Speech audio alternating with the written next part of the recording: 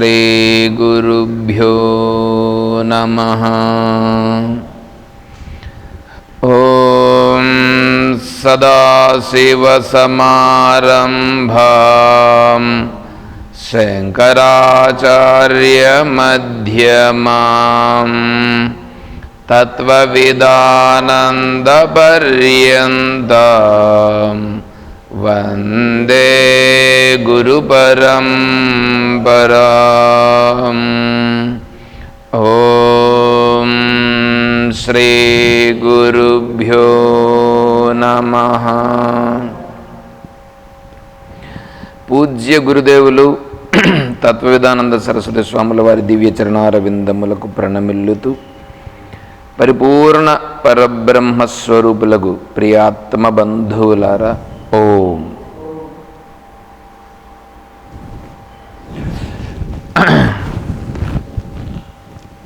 తత్వబోధ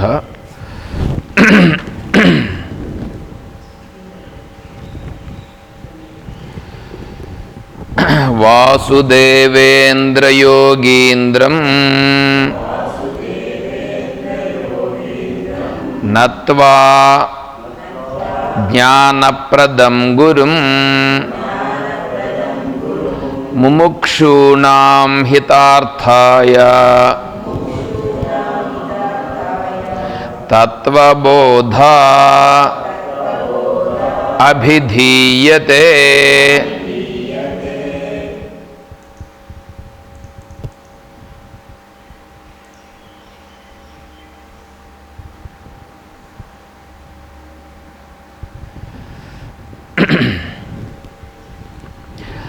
వాసుదేవేంద్ర యోగీంద్రం నత్వా జ్ఞానప్రదం గురుం ముముక్షూణాం హితార్థాయ తత్వబోధోభిధీయతే.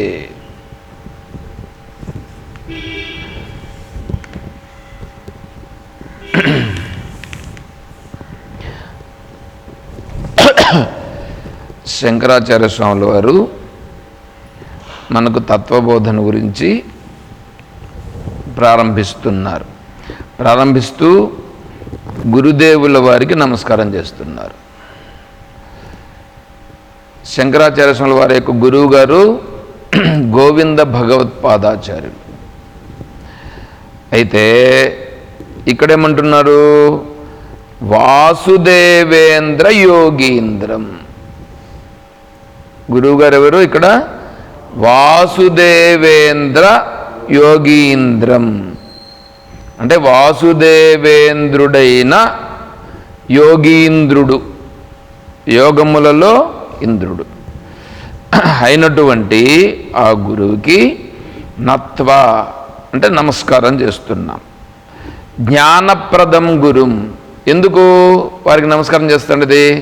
జ్ఞానప్రదం, అతను జ్ఞానమును ప్రదానం చేస్తాడు. గురు జ్ఞాన ప్రదానం చేసేటువంటి గురువు.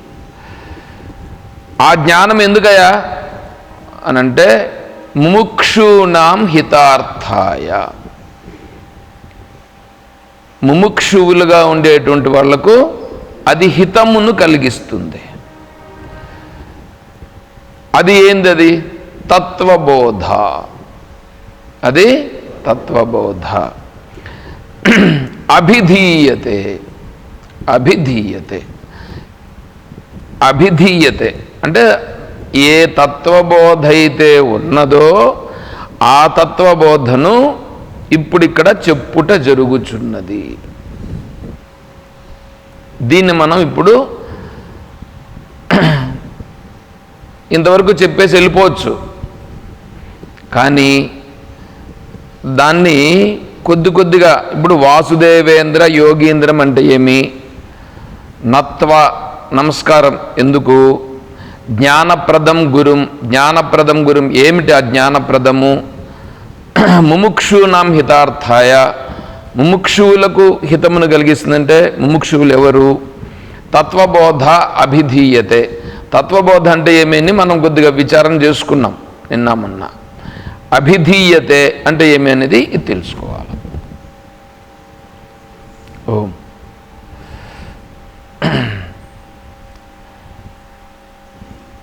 ఎట్లొచ్చారమ్మ గారు? పర్లేదే. సరే, ఇప్పుడు చూడండి, తత్వబోధ అంటే ఏమి? యథార్థమైనటువంటి తత్వం, యథార్థమైనది. ఏది యథార్థమో అది. యథార్థము ఏమిటి? యథార్థము ఏమిటి? ఇప్పుడు మనకు కనిపిస్తుంది కదా, ఇప్పుడు ప్రపంచం కనిపిస్తుంది. ప్రపంచము యథార్థమా కాదా అనంటే దాన్ని విచారణ చేయాల్సింది. కనిపిస్తూ ఉంది కాబట్టి ఉంది అని మనం అంటున్నాం. కనిపిస్తుంది కాబట్టి ఉంది అని అంటున్నాం. అయ్యా, ఇప్పుడు ఉన్నది కాబట్టి కదా నువ్వు దాని వైపు వెళ్తున్నావు. ఉన్నది కాబట్టి నువ్వు దాని వైపు వెళ్తున్నావు. అది ఉన్నదా? ఉంటే ఎలా ఉన్నది అనేది ముందు తెలుసుకో. అది ఉందా లేదా? లేదు అని అంటే కనిపించకూడదు. ఉంది అని అంటే నీకు చాలా స్పష్టంగా అది స్థిరంగా ఉండాల. ఉంది అని అంటే ఇది ఎట్లా ఉంది? ఉంది ఉంది ఉంది అని దాన్ని పట్టుకునే దానికి పోతానే ఉన్నాం. ఏమి దొరుకుతూ ఉంది? దొరికినట్లే ఉంది, దొరకడం లేదు. ప్రపంచంలో పట్టుకునేదానికి పోతున్నామా లేదా? అన్నీ పట్టుకునేదానికే పోతున్నాం. అనుభవిద్దాం అనుభవిద్దాం అని అనుకుని పోతా ఉన్నాం. ఆ లోపల వయసు అయిపోతూ ఉంది. వయసు సహకరించట్లా. తిందాం తిందామని అనుకుంటున్నాం. తినగలిగే సామర్థ్యం ఉన్నప్పుడు తినగలిగేటివి లేవు. పోనీ తిందాము అని అనుకుంటే అవన్నీ సామర్థ్యం వచ్చినప్పుడు చూస్తే తినేటువంటి సామర్థ్యం లేదు. పోనీ ఒకవేళ బాగానే ఉంది తిందామని అనుకుంటే పొట్ట సహకరించదు. ఈ కండ్లు ఉన్నాయి, చూద్దాం చూద్దాం అనుకుంటే చూసే సమయంలో చూడలేదు. చూద్దామని అనుకునే లోపల ఏదో సౌకర్యాలు కుదిరే లోపల ఆ కండ్లు పనిచేయకుండా పోతున్నాయి. ఏదో చదువుకుందాము అని అనుకుంటే ఏదో చదువుకుందామని అనుకునే లోపల ఆ కండ్లు ఇప్పుడు సక్రంగా పనిచేయట్లేదు. విందామని అనుకుంటూ ఉంటే ఆ చెవులు వినిపించట్లేదు. వినిపించే సమయంలో వినలేదు. చూడండి ఎట్లా ఉందో. ఆ తర్వాత పోనీ బయట ఉండేటువంటి ఏమన్నా ఉండి పోనీ నాకు సహకరిస్తాయంటే అవి సహకరించట్లేదు. కాబట్టి ఇది ప్రపంచం ఉందా లేదా? ఉంది అని అంటే యథార్థం కావాలి. పోనీ లేదు అని అంటే దాని వైపు మనం పోకూడదు. ఎందుకంటే లేని దాని వైపు పోము. ఇది లేకుండా ఉందా లేదా ఉందా అంటే అంటే ఇప్పుడు ఏమైపోయిందంటే అది నిజంగా ఉంది అని అనిపిస్తూ ఉంది, కానీ అదేంటో దాని గురించి విచారణ చేయాలి. అదేంటో దాని గురించి విచారణ చేయాలి.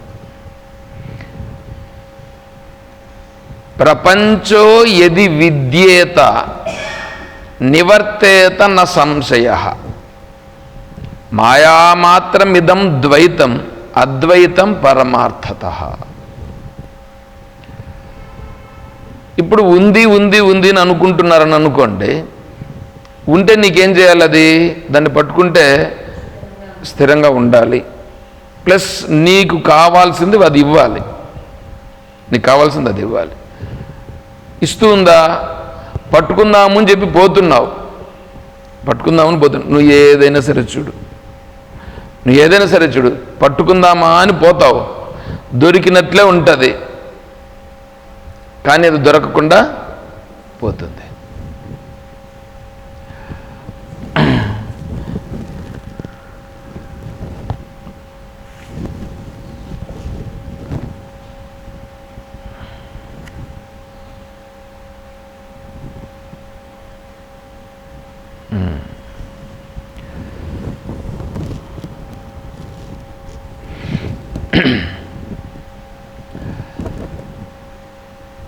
కొత్తగా బండి తీసుకొచ్చావు, కొత్తగా బండి 2 వీలర్ తీసుకొచ్చారు. తీసుకొస్తే అది కొత్తగా ఎంతకాలం ఉంటుంది?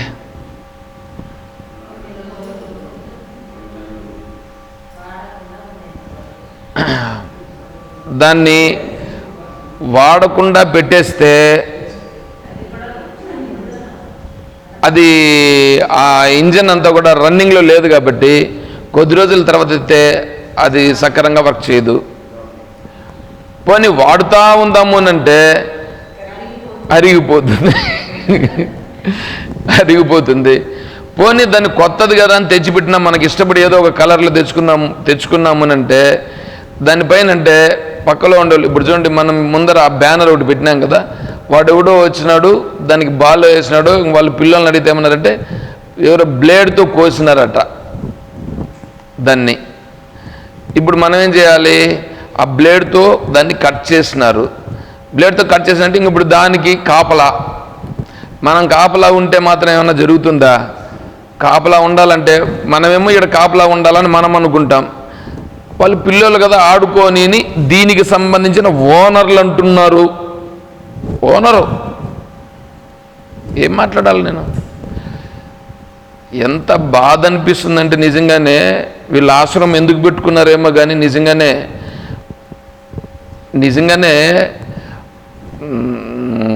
ఇక్కడ ఉండేటువంటి పరిస్థితులన్నీ ఇవి ఆశ్రమముగా అనిపించటం లేదు.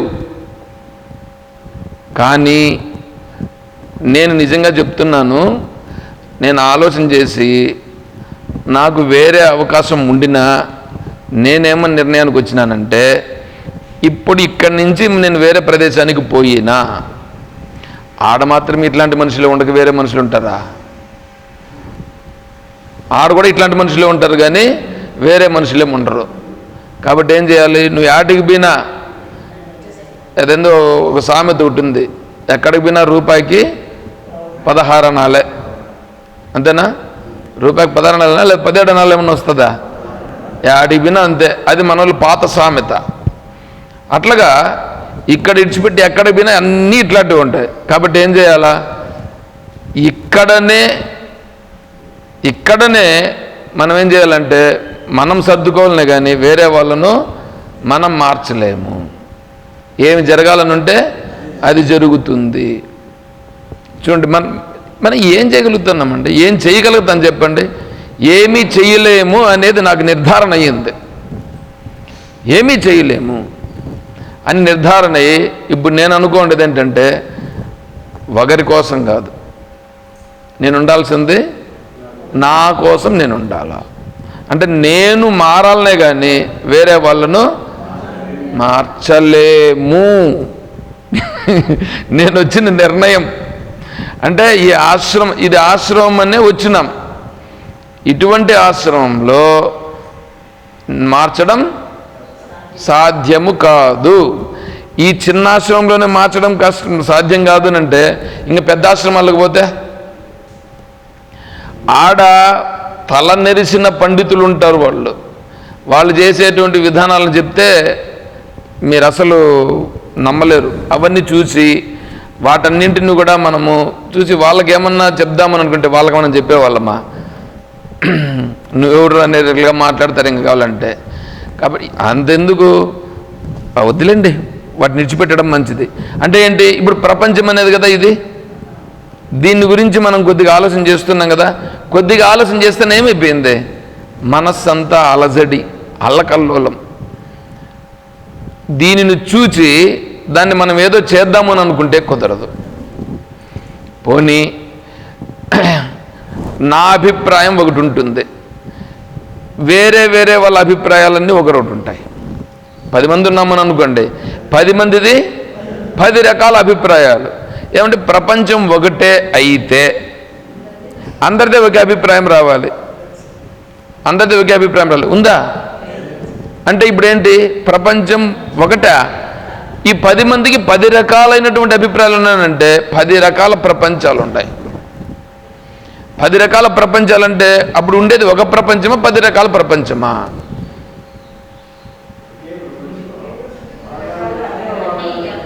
ఒకే ప్రపంచం కాదు బాబు. వాడి ప్రపంచం వాడికి ఉండేది ఏదో, అందుకు ఇక్కడ విచారణ. ఉండేదేది అనేది విచారణ.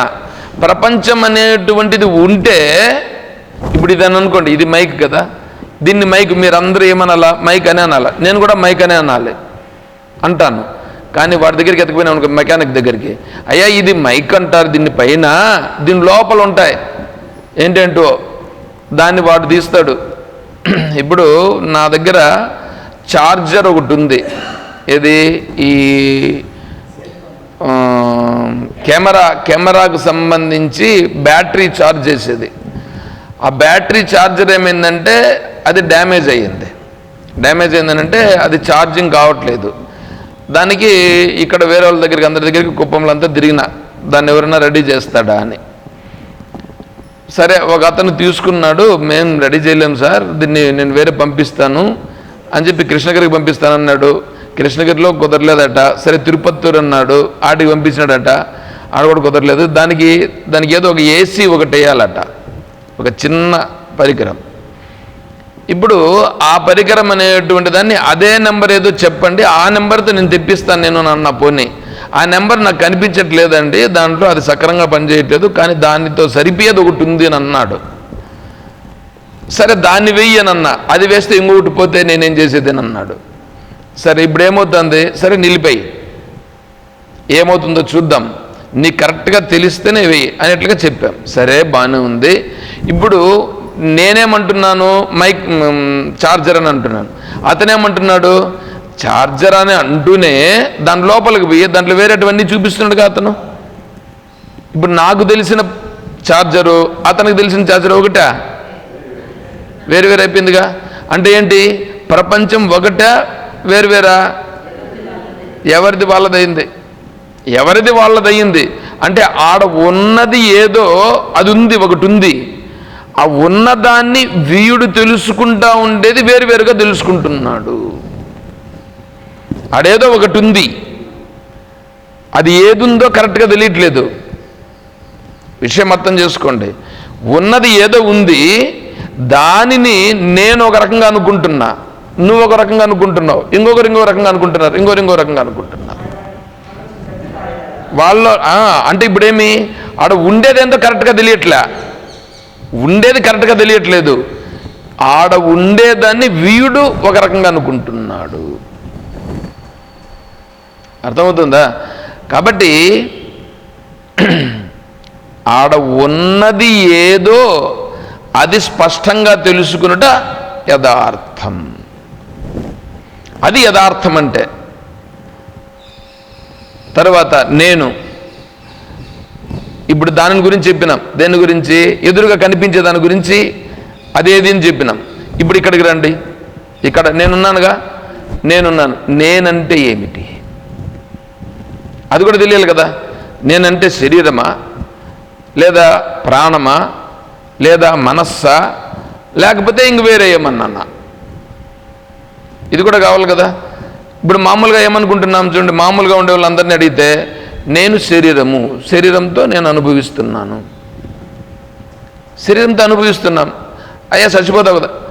అరే, చచ్చిపోయేది ఎప్పుడో చచ్చిపోతాడో, అందరూ చచ్చిపోతారయ్యా. ఇప్పుడు నేను ఉండాలి, ఏం చేయాలి ఇప్పుడు నేను?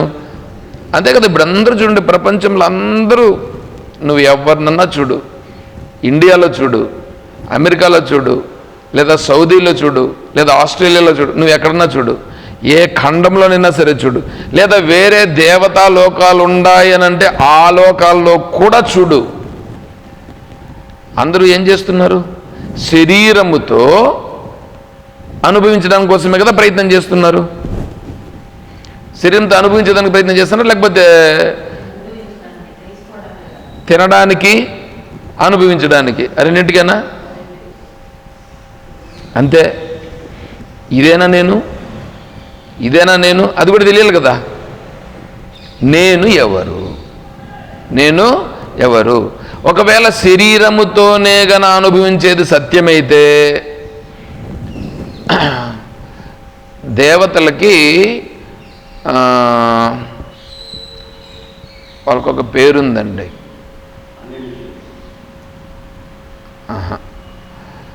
అది అనిమేషులు, అది వేరే. వాళ్లకు 30 సంవత్సరముల వయస్సు, 30 సంవత్సరాల వయస్సులో ఉంటుంది చూడండి శరీరము, అలాగే ఉంటుంది. అది అలాగే ఉంటుంది. ఆ 30 సంవత్సరముల వయస్సు అనేది తగ్గదు, పెరగదు. అది దేవతాలోకంలో ఉండేటువంటి విశేషం. వీడు పుణ్యం చేసుకున్నవాడు కూడా ఆ లోకానికి పోయాడు అనుకోండి, వీడు కూడా అలాగ ఉంటాడు. వీడు కూడా అంతే, 30 సంవత్సరాల వయస్సుతో ఉండే శరీరం వాడికి ఉంటుంది. ఇప్పుడు ఆ 30 సంవత్సరాల శరీరం అనేటువంటిది వాడికి ఉండి ఆడున్నంత కాలం అలాగా ఉండి అక్కడి నుంచి బయట చేసిన తర్వాత అది మారిపోతుంది. ఈ పుణ్యం చేసుకున్న వాళ్ళకి అది అక్కడ. ఇప్పుడు 30 సంవత్సరాల వయస్సులో ఉండేటువంటి శరీరం బాగా అన్నింటికీ యోగ్యత ఉంటుంది కదా. అలా యోగ్యత ఉంది కాబట్టి వాళ్ళు ఏం చేస్తారంటే వాళ్ళు ఎంతసేపు కూడా వాళ్ళు అనుభవిస్తూ ఉంటారు. వాళ్ళు అనుభవించడానికే. ఇప్పుడు అనుభవించడానికే ఉండేటప్పుడు అదన్నా పూర్తిగా ఉంటుందా? అక్కడ కూడా ఏమైపోతుంది. దేవేంద్రుడు ఏం చేశాడు? దేవేంద్రుడు ఏంటంటూ అనుభవించాలనుకొని ఆయన శరీరం అంతా కండ్లు ఆయన తెచ్చుకున్నాడు.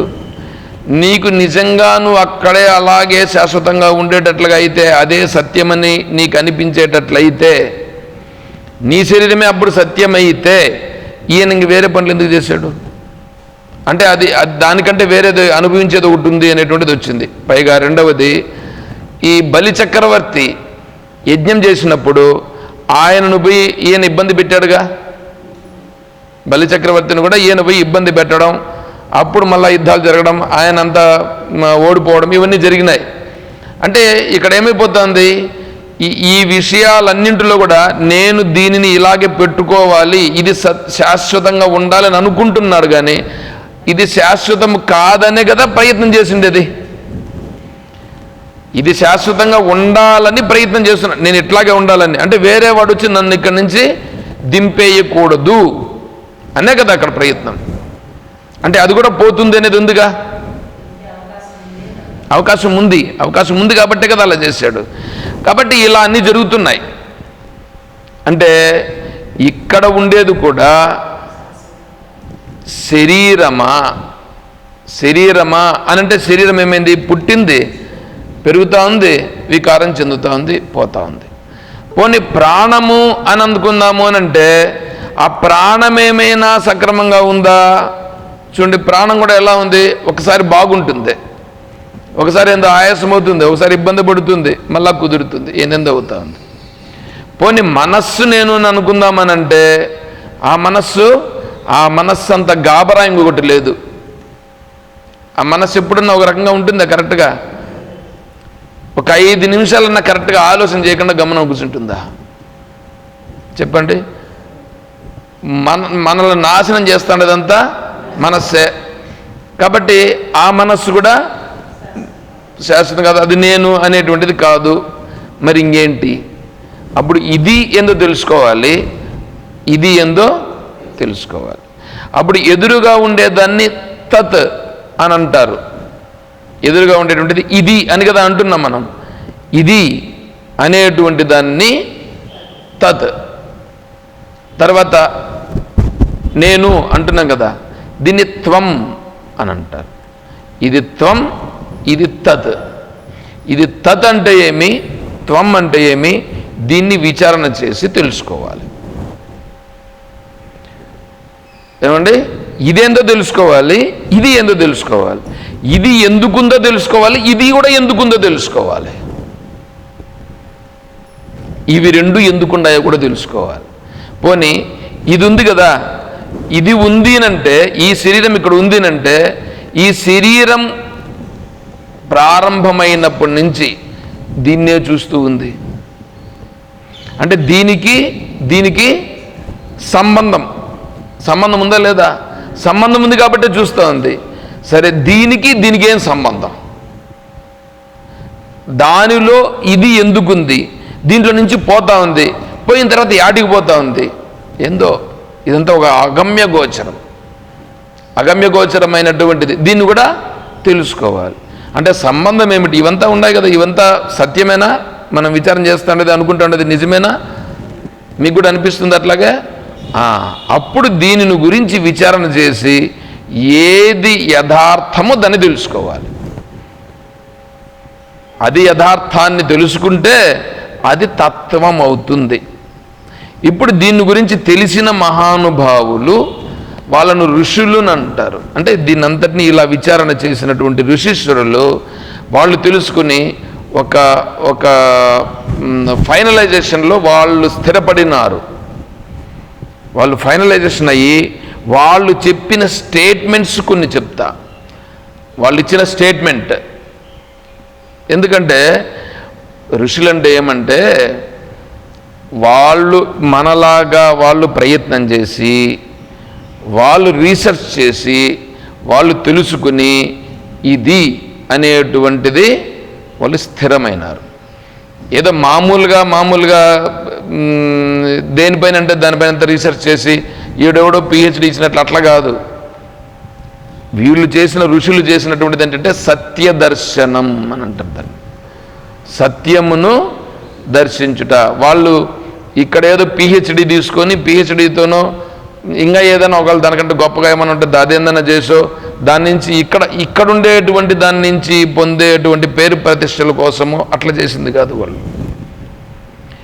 ఏ సత్యమును కనుగొంటే, ఇది యథార్థము ఏమిటి అని కనుగొంటే అప్పుడు ఎలా ఉంటుందో అనేటువంటి స్థితిలో వాళ్ళు స్థిరపడిపోయి వాళ్ళు చెప్పినటువంటి మాటలు ఋషీశ్వరులు చెప్పినటువంటి మాటలు. అది ఉపనిషత్. అది ఉపనిషత్ యథార్థాన్ని చెప్తుంది. వాళ్ళు చెప్పినారు చూడండి, ఇదం ప్రపంచం యత్కించిత్ యద్యజ్జగతి వీక్ష్యతే. ఇదం ప్రపంచం అంటే ఈ ప్రపంచం యత్కించిత్ కొంచెమైనా సరే యద్యత్ జగతి వీక్షతే, నువ్వు ఏదైతే తెలుసుకుంటున్నావో, కళ్ళతో తెలుసుకుంటున్నావు, చెవులతో తెలుసుకుంటున్నావు, ముక్కుతో తెలుసుకుంటున్నావు, నాలుకతో తెలుసుకుంటున్నావు, చర్మంతో తెలుసుకుంటున్నావు, మనసుతో తెలుసుకుంటున్నావు. ఈ 6 చేత తప్ప ఇంక నువ్వు వేరే దేంతోనూ తెలుసుకునే పరిస్థితి ఏమి లేదు. కన్ను, ముక్కు, చెవి, నాలుక, చర్మం, మనస్, ఈ 6 చేతనే నువ్వు తెలుసుకుంటుండేది. ఇది నువ్వు ఏదైతే తెలుసుకుంటున్నావో వీక్ష్యతే అని అంటున్నాడు చూడండి. ఇప్పుడు ఇంతసేపు మనం అదే చెప్పుకున్నాం. ఏమిటి వీక్షతే అంటే? ఆడ ఉండేదాన్ని నువ్వు ఒక రకంగా చూస్తున్నావు. నువ్వు ఎలా చూస్తున్నావో ఆడుండే దాని గురించి చెప్పట్లా. ఇప్పుడు ఆడ ఉండేదాన్ని చెప్పట్లా, నువ్వు ఎలా తెలుసుకుంటున్నావో దానిని చెప్తున్నారు. దృశ్య రూపం చ, ఇదేమిటిది?